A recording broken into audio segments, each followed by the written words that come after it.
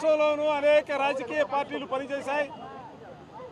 అనేక మంది ముఖ్యమంత్రులుగా పనిచేసినటువంటి పరిస్థితులు కూడా మనం అందరం కూడా చూస్తున్నటువంటి పరిస్థితులు ఉన్నాయి. కానీ ఈ రోజున ఆంధ్రప్రదేశ్లో చంద్రబాబు నాయుడు నేతృత్వంలోని రాష్ట్ర ప్రభుత్వం ఒక దౌర్భాగ్యకరమైనటువంటి అప్రజాస్వామిక విధానాలతో ఈరోజు పరిపాలన చేస్తున్నటువంటి పరిస్థితి వాళ్ళు చూస్తూ ఉన్నాం. ప్రజాస్వామ్యం వాళ్ళకి అక్కర్లా, రెడ్ బుక్ రాజ్యాంగమే వాళ్ళకి కావాలా. ఎవరైనా ఈ ప్రభుత్వాన్ని ప్రశ్నిస్తే, ఈ ప్రభుత్వంలో ఉన్నటువంటి లోపాలు ఎత్తి చూపితే వాళ్ళ మీద అక్రమ కేసులు బనాయించడం, జైలుకు పంపించడం, అనేక రకాలుగా ఇబ్బందులు పడుతున్నటువంటి పరిస్థితులు ఇప్పటి వరకు కూడా ఈ రాష్ట్రంలో చూసాం.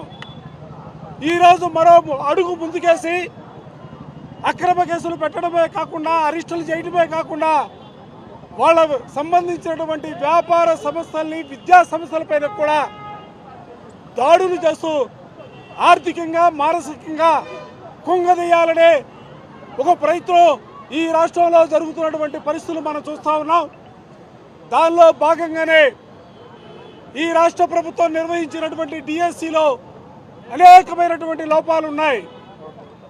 ప్రభుత్వం లోకేష్ నేతృత్వంలో డబ్బులు సంతులు తీసుకొని అర్హత లేని వారందరూ కూడా ఉద్యోగాలు ఇచ్చారని ఈ ప్రభుత్వంలోని లోపాలను ఎత్తి చూపే ప్రక్రియలో చంద్రశేఖర్ రెడ్డి గారు మాట్లాడినటువంటి చంద్రశేఖర్ రెడ్డి గారి జూనియర్ కళాశాలపైన మొన్న సాయంత్రం 5:30కి దాడులను ప్రారంభించి అర్ధరాత్రి వరకు కూడా దాడులు నిర్వహించినటువంటి పరిస్థితులు నెల్లూరు నగరంలో చూసాం. నేను అడుగుతా ఉన్నా, ఈ రాష్ట్రంలో చూసిన వందలాది జూనియర్ కాలేజీలు ఉన్నాయి. నెల్లూరు జిల్లాలో కూడా 70 జూనియర్ కాలేజీలు ఉన్నాయి.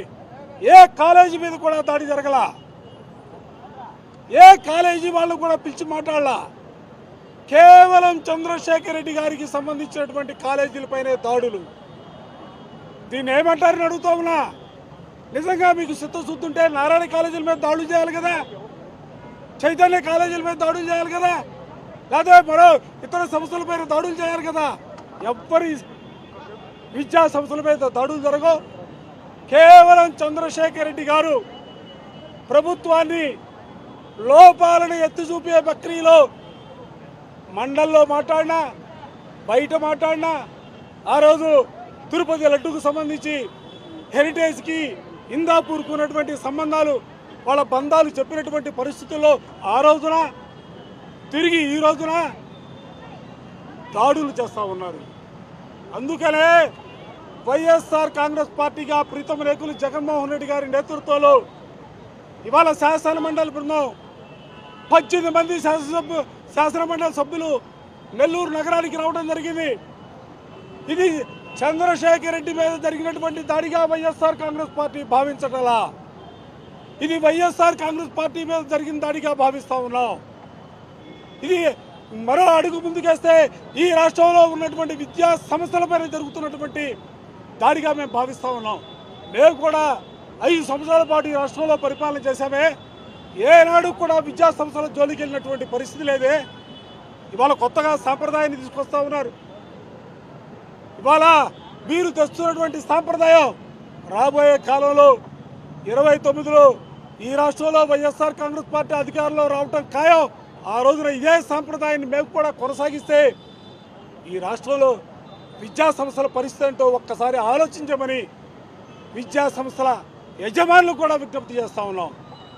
ఏది ఏమైనప్పుడు కూడా చంద్రశేఖర్ రెడ్డి గారి విద్యా సంస్థలపైన అక్రమంగా దాడులు చేసిన, కేసులు బనాయించిన నెల్లూరులో ప్రారంభమైనటువంటి ఈ ఉద్యమం రాష్ట్ర స్థాయి ఉద్యమంగా తీసుకువెళ్ళబోతా ఉన్నాం.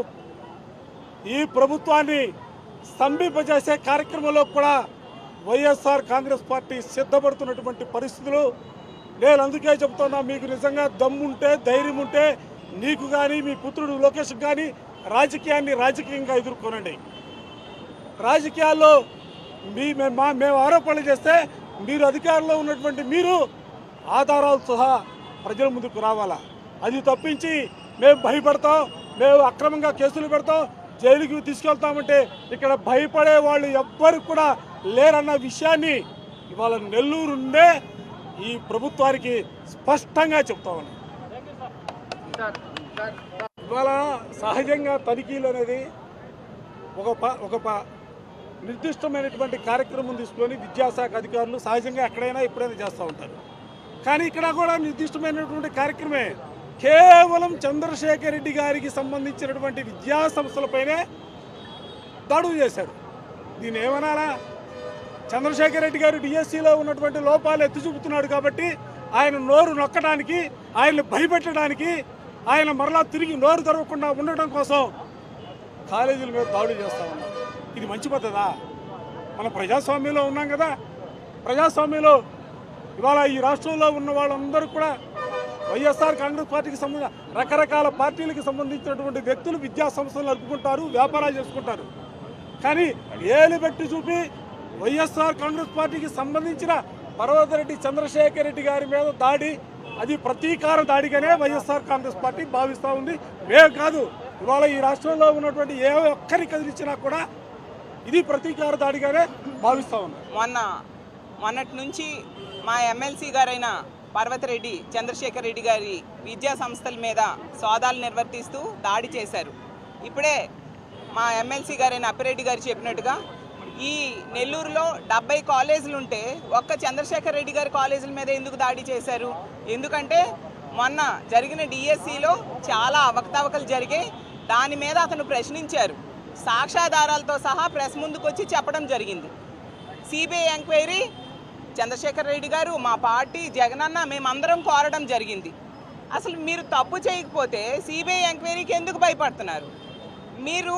మేము అడిగిన వాటికి సమాధానాలు ఎందుకు చెప్పట్లేదు? చెప్పకుండా ఇలా వ్యక్తిగత వ్యాపారాల మీద దాడులు చేయించడం ఏంటి? అంటే రాజకీయంగా, ఆర్థికంగా అనగదొక్కి వీళ్ళ గొంతు నొక్కేద్దామని వీళ్ళు ప్రయత్నిస్తూ ఉన్నారు. ముందు నుంచి కూడా చంద్రశేఖర్ రెడ్డి గారు అయినా, మా వైఎస్ఆర్ కాంగ్రెస్ పార్టీ అయినా ఈ కూటమి ప్రభుత్వం చేస్తున్న అవినీతిని, అలాగే తప్పుల్ని వేలెత్తి చూపుతూ ఉండే పరిస్థితి కౌన్సిల్లో, బయట కూడా. కాబట్టి వాటికి సమాధానాలు చెప్పలేక ప్రభుత్వం తన పాలనలో 2 ఏళ్ల పాలనలో పూర్తిగా వైఫల్యం చెంది ఉంది. కాబట్టి డైవర్షన్ పాలిటిక్స్లో భాగంగా ఇలా వ్యక్తిగత వ్యాపారాల మీద దాడులకి పూనుకోవడం నిజంగా మేము తీవ్రంగా ఖండిస్తూ ఉన్నాం. ఇది చాలా తప్పు. ఇదే ధోరణి రేపొద్దున మళ్ళీ ఖచ్చితంగా 2029లో మా గవర్నమెంట్ వస్తుంది. మేము కొనసాగిస్తే ఏంటి పరిస్థితి? అందుకే ఈ దాడులకు పూనుకున్న లోకేష్ గారు అవ్వచ్చు, అలాగే ఇక్కడున్న నారాయణ గారు అవ్వచ్చు, వెంటనే ఇలాంటి తప్పుడు పనులు మానుకోండి. ఖచ్చితంగా మేము అడిగిన దానికి, డిఎస్సిలో జరిగిన అవకతవకల మీద మీరు సమాధానం చెప్పండి. నిజంగా మీరు ఏమీ తప్పు చేయకపోతే సిబిఐ ఎంక్వైరీ చేయాలని మా వైఎస్ఆర్ కాంగ్రెస్ పార్టీ డిమాండ్ చేస్తూ ఉంది. ఖచ్చితంగా మా పార్టీ తరఫున మా ఎమ్మెల్సీ అయిన చంద్రశేఖర్ రెడ్డి గారికి పూర్తి మద్దతు ఉంటుందని తెలియజేస్తూ సెలవు తీసుకుంటున్నాను.